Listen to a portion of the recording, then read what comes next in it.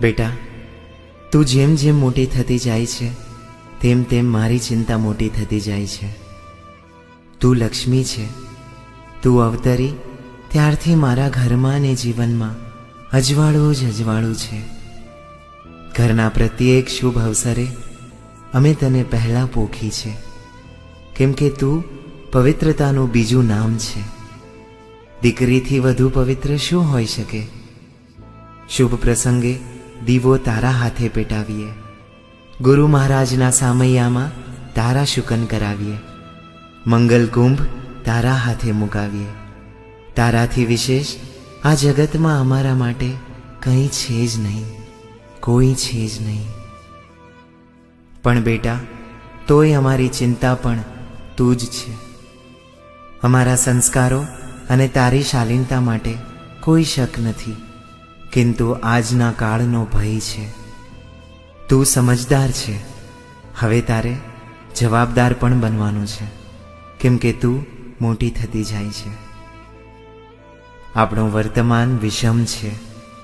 તારું બોલવાનું જરીક ઓછું થાય અને મારા ધબકારા વધી જાય. આ અમુક દિવસો આવે છે અને હું આકુળ વ્યાકુળ થઈ જાઉં છું. ચિંતા અને વિચારોથી ઊંઘી શકાતો નથી.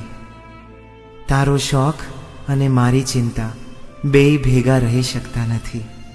શું કરું? 31 ડિસેમ્બરની રાત મારી ચિંતાની જાહેરાત છે. મારી ચિંતાની જાહેરાત છે. તું પણ બહાર જવાની, રાત્રે મોડી આવવાની. તને ના પાડી શકતો નથી ને હા પાડવા મારું મન માનતું નથી. તને તારો બાપ ઓર્થોડોક્સ અને શંકાશીલ લાગે એવું કરવું નથી, અને મારી વહાલી દીકરીને ગુમાવવાની મારી તૈયારી નથી. બેટા, આવા સંજોગોમાં એક બાપ શું કરે, શું કરી શકે? તારી નાની અને કાચી ઉંમર કલ્પનાશીલતામાં ડૂબેલી રહે એમાં તારો વાંક નથી. તારી વય અપરિપક્વ છે.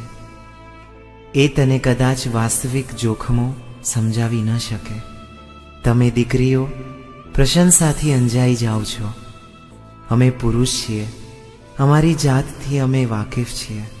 કોઈ પણ પુરુષ કારણ વિના, લાલચ વિના, ભૂખ વિના કોઈ સ્ત્રીના વખાણ કરતો નથી.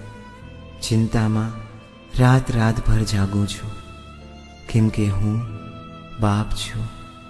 ખૂબ ભણેલી દીકરીઓ બુદ્ધિમાન અને સંસ્કારી હોવા છતાં આકર્ષણથી ખેંચાઈને પોતાના પવિત્ર અસ્તિત્વ વિશે બેજવાબદાર બની જાય છે. આવા સમાચાર મારા મનને કેટલું વિવશ બનાવી દે. એમાં તારો કોઈ વાંક નથી. અમે આ વિષચક્રના પુરસ્કર્તા છીએ. 60 વર્ષે પણ અમારી બુદ્ધિ દેખાડા અને દંભથી બહાર નથી આવી શકતી. બેટા, તારા પર પૂર્ણ શ્રદ્ધા છે. તને પૂરતી સ્વતંત્રતા આપી છે, પણ તારી મુગ્ધતા, ભોળપણ કે ક્ષણિક આવેગ પણ તને રખડાવી ન મૂકે એટલી સભાન બનજે. 31 ડિસેમ્બરની રાત અને દિવાળીની રાતમાં ફરક છે. 1 જાન્યુઆરી અને બેસતા વર્ષમાં તફાવત છે. દિવાળીની રાત્રે દીવડા પ્રગટાવતી તને જોઉં છું તો એના અજવાળામાં મારા ઘરનો દીવડો કેવો દીપી ઉઠે છે, જાણે પવિત્રતાનો પુંજ. અને 31 ડિસેમ્બરની રાતના અંધારામાં વલ્ગર ટૂંકા વસ્ત્રોમાં નાચતી છોકરીઓમાં તારી કલ્પના કરી શકતો નથી. તારી કલ્પના કરી શકતો નથી. પણ તું મોટી થતી ગઈ તેમ તેમ તને શિખામણ આપવામાં ડર લાગવા માંડ્યો. તને કંઈ કહીશ તો નહીં ગમે એટલે કહેવાનું ઓછું થતું ગયું.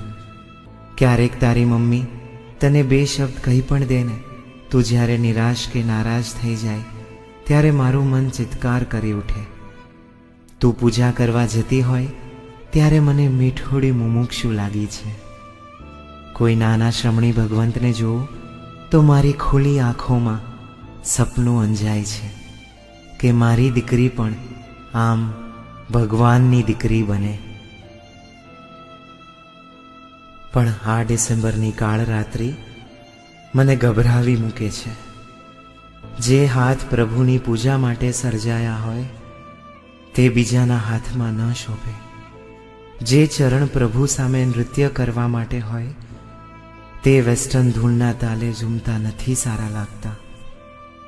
31 ડિસેમ્બરની પૂર્વે તને કહેવાની ઘણી ઈચ્છા હતી, પણ ન કહી શક્યો, તો આ પત્ર લખી દીધો.